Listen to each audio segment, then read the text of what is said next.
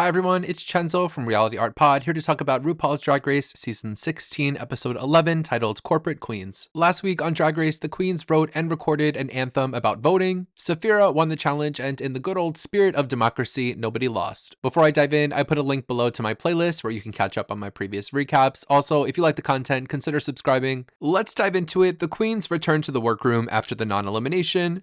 And I feel fabulous. And they congratulate Morphine and Sapphira for being in the top and the latter for winning. Plain says she gave her immunity to Nymphia because she enjoys her and she was trying to get Q and Dawn to be in the bottom. Q and Dawn insist that Plain was in the bottom and had a bad night. Honestly, I agree that Plain should have been in the bottom for that runway. Dawn is trying to get under Plain's skin and it's working. We all have bad nights. Do you see this? Yeah, I see it. It's a boring, sparkly dress. I'm having a lot of fun getting a little rise out of Miss Plainy at the moment. You're wearing rags from kid's bedroom. Doo-doo clown mess. Maya, save me. These bitches crazy, Maya. The next day, they're 7 again, still, and chronically shy and confident Maya has an ominous prediction for Nymphia. The next. Are you sure? I mean, all I've seen is bananas.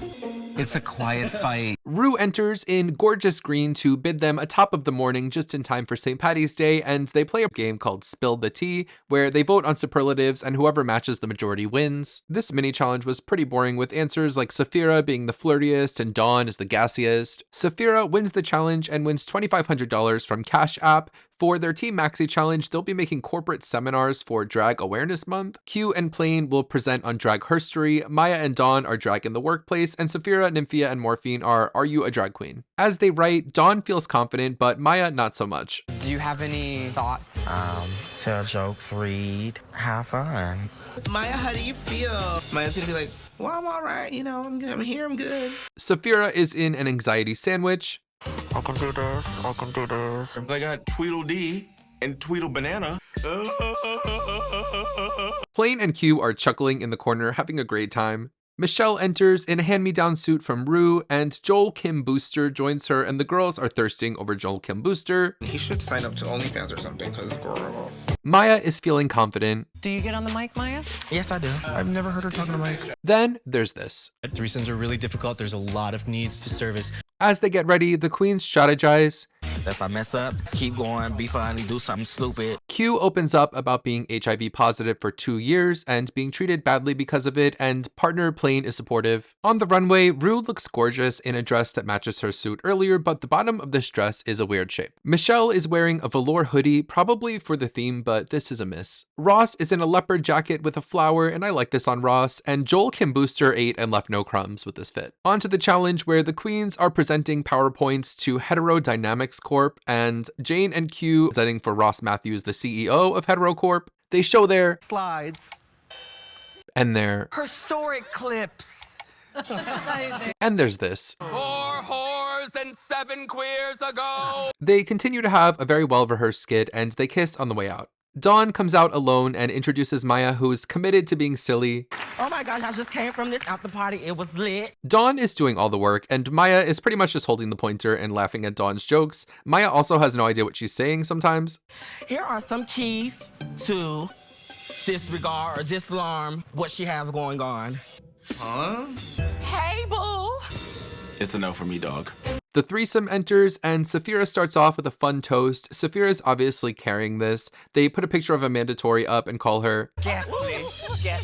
Sapphira starts making mistakes and recovers quickly. Nymphia is going for a character with an accent that they score with frumpy music. What that makeup stain is on your man's collar. Ladies, don't be quick to think it's another woman. He might be the other woman. Girl. Morphine makes a slight mistake and then shits on herself for it, making it so obvious that she made a mistake. Wait. Drag queen flopping. On the runway, the category is DragCon 1980, a cryptic theme that I guess just means the 80s. Jane is in a power suit and a wig to match. The suit is okay, but I liked that the wig matched it. And I like that if she does a breastplate, it's a high quality one. Q is in a Keith Haring dress with shoulder pads and a red AIDS ribbon around the waist. She also has a Joan Collins vibe that I love. Dawn wears a rocker leotard with a pink mohawky mullet. This look is kind of crazy, and she's wearing a face kini that reminds me of Ru at that COVID reunion. Maybe that'll help garner some respect from the head honcho. Maya has a teal bodysuit with a train and Miss Fiercelicious rosettes on her shoulder. This is ill-fitting, and the crunchy wig really doesn't help. Maya says that she googled DragCon 1980 and this came up, and guess what? I googled DragCon 1980 and no it fucking didn't. Saphira looks cute with big hair and big shoulders and looks like she's going to an 80s prom. Morphine is wearing a lavender hideous dress with booty holes. She says she borrowed her wig from Q, so I know who's truly to blame for this thirsty lumpy hairpiece, and I see why Q doesn't wear wigs. Nymphia is also wearing a Keith Haring inspired pattern, but after the other one, I think Q did it better. She also has spirals on her head, chest, and crotch, which I don't understand, but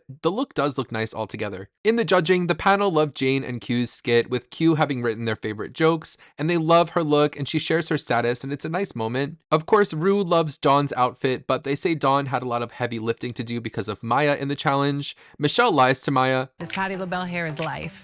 And they really go easy on her for her performance. Ru says Saphira's outfit is Everything. and they point out that she stumbled in the challenge. Michelle calls Morphine's look deflated Dolly Parton, and they didn't like her in the challenge. The judges loved Nymphia's look and her performance, thinking her character she came up with made her stand out.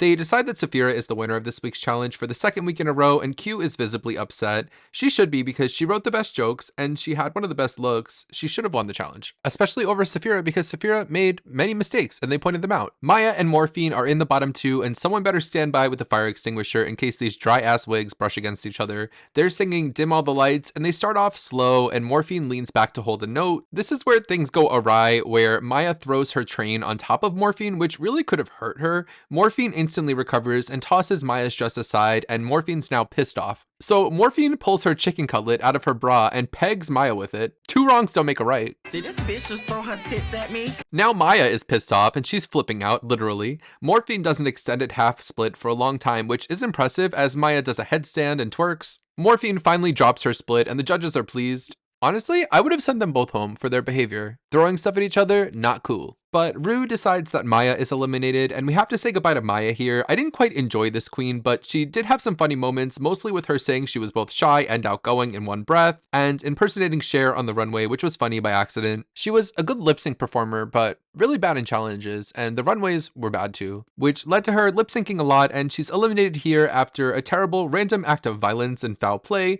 Ru did not tell her drag is not a contact sport. Ru also didn't reprimand her when she took off her shoes the other week, so this queen is redefining the rules of drag and flipped her way all the way to 7th place. That's all I have to say about this week's episode. Let me know in the comments what you thought. Who is your top 4 and winner pick right now? I'll be back next weekend to talk about more RuPaul's Drag Race. Subscribe so you don't miss it. Until then, have a nice weekend. Bye!